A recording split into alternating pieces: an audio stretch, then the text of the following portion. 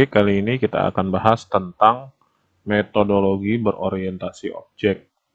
Nah, di sini untuk metodologi berorientasi objek merupakan suatu cara bagaimana sistem perangkat lunak dibangun melalui pendekatan berorientasi objek secara sistematis.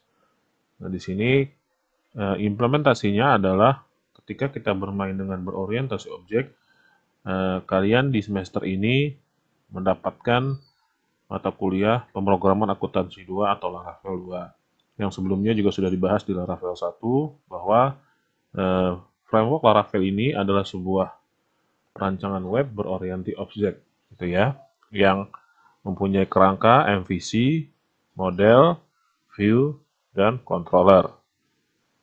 Nah, di situ kalian bisa lihat ya struktur MVC-nya, modelnya di mana, view-nya untuk apa, dan controllernya untuk apa. Kemudian, setiap objek mempunyai informasi atau atribut dan perilaku atau behavior sebagai suatu operasi pengaturnya. Nah, sini kita ilustrasikan. Di sini kita ilustrasikan sepeda ini adalah objek, ya. Nah, atribut, ya setiap objek kan mempunyai atribut di sini. Nah, atribut dari sepeda ini ada pedal, ada ban, ya, ada rantai di sini dan ada rem. Artinya yang menempel ya, yang menempel di objek tersebut apa saja. Nah, itu disebut dengan atribut. Kemudian metode atau behavior ya atau perilaku adalah fungsinya ya. Dia bisa apa aja. Perilaku dari objek tersebut dia bisa apa saja. Nah, di sini metode atau function sepeda ini bisa maju, bisa mundur gitu ya, bisa mengerem ataupun pindah gigi. Jadi kalau diilustrasikan ke bahasa pemrograman, nah atribut itu yang menempel, sedangkan method atau function itu adalah yang menjadi fungsinya. Bisa apa saja objek tersebut gitu ya. Nah, itu jika diilustrasikan seperti ini. Kemudian setiap orientasi objek pasti akan ada karakteristik yang mengikutinya.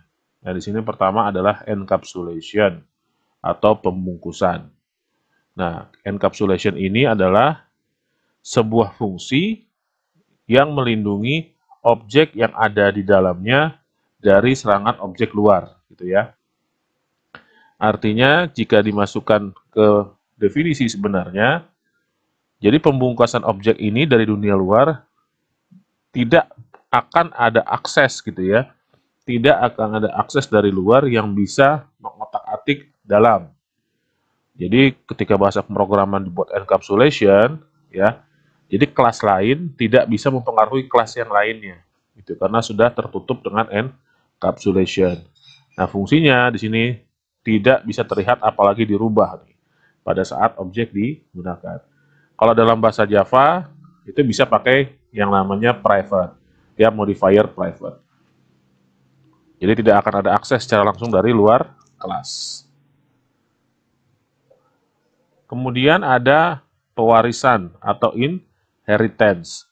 Inheritance ini dia menurunkan ya, kelas yang dapat menurunkan metode dan properti yang dimiliki pada kelas lain.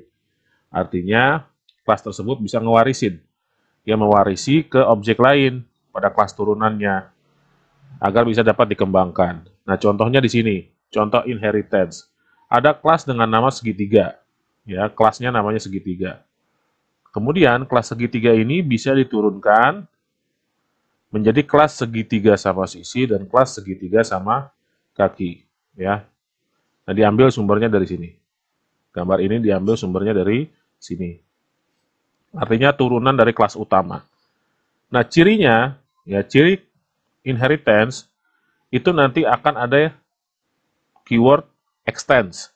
Jadi kalau kalian membuat sebuah bahasa program, ya yang berbasis objek, ketika nanti kalian menemukan kata-kata extends, nah itu berarti inheritance atau turunan dari kelas utama. Nah, jika diterapkan dengan Java seperti ini, ya karena kalian belajarnya bukan Java melainkan Laravel, jadi kalian bisa lihat di bahasa Laravel jika menemukan extends, nah itu berarti adalah inheritance. Kemudian ada polymorphism atau keanekaragaman. Artinya di sini polymorphism kemampuan bahasa program untuk memiliki fungsi atau metode yang bernama sama tetapi berbeda dalam parameter dan implementasi, ya, atau disebut dengan overloading. Jadi fungsinya atau metodenya sama gitu ya, tapi parameternya yang beda. Ya, nanti kita lihat parameter apa yang beda. Kita lihat nanti contohnya di slide selanjutnya. Kemudian kelas turunan dapat menggunakan fungsi yang ada pada kelas pewarisnya. Jadi jika ada kelas turunan, ya misalkan tadi kelas segitiga sama kaki, nah dia bisa memakai fungsi yang ada di kelas segitiga gitu ya. Jadi bisa dipakai jika itu turunannya. Dan juga dapat mengimplementasikan kode yang berbeda dari fungsi pewarisnya. Itu disebut dengan overriding. Nah, contoh polymorphism. Nah, di sini. Di sini ada kelas segitiga. Ya. Ditambahkan fungsi dengan nama yang sama. Kemudian dia fungsinya namanya hitung luas. Nah, ini hitung luas. Nih, turunan. Ya. Tapi penambahan parameternya beda. Untuk yang pertama tidak ada parameter, dan yang kedua ada parameter alas dan tinggi, ya, sesuai dengan ini. Metodenya sama tapi berbeda dengan parameter. Nah, di sini fungsinya sama, hitung luas, tapi yang atas tidak pakai parameter, di sini pakai parameter. Nah, ini untuk polymorphism. Selanjutnya kita bahas tentang SDLC atau System Development Life Cycle, atau biasa disebut dengan siklus pengembangan sistem ya. Nah, di sini SDLC ini adalah proses memahami bagaimana sistem informasi atau IS dapat mendukung kebutuhan bisnis dengan merancang sistem, membangunnya, dan menyampaikan ke pengguna. Nah, ini menurut Dennis. Artinya SDLC ini kita mensupport ya, mensupport dari business requirement dengan kita mendevelop sebuah sistem ya, membangun sebuah sistem. Terlebih dahulu kita rancang, kita bangun, lalu setelah selesai dibangun, nah kita sampaikan ke user yang memakai sistem tersebut.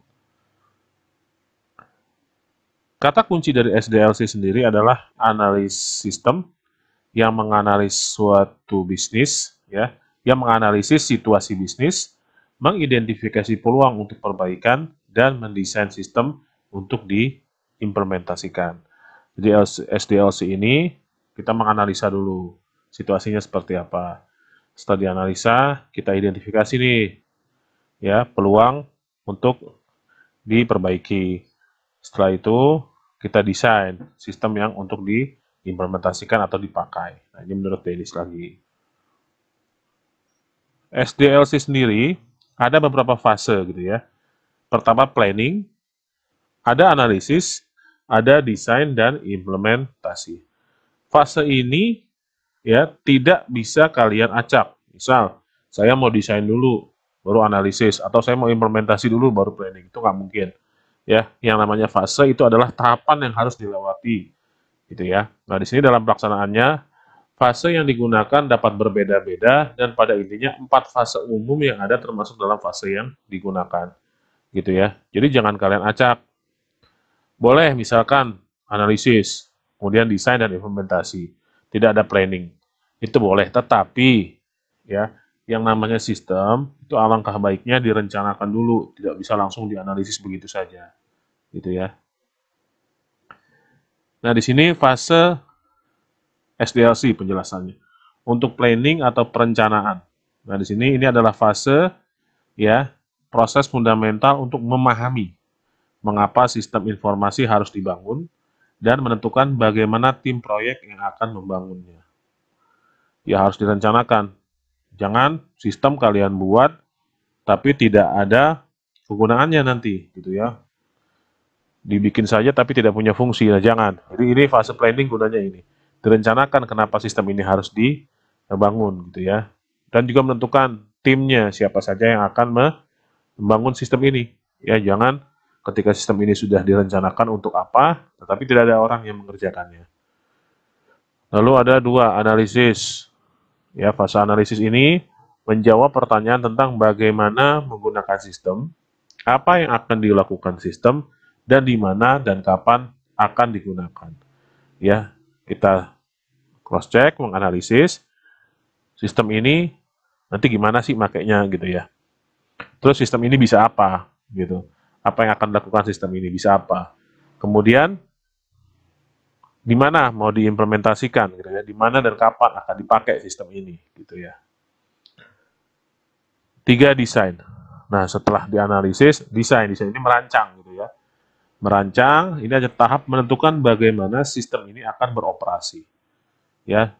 Nah, di sini kita inventarisir dari sisi hardware ya, perangkat keras, software ya, network infrastruktur ya, pakai jaringan, kemudian antarmuka pengguna atau user interface-nya seperti apa, formnya ya, dan reportnya seperti apa, serta program-program spesifik yang digunakan bagaimana.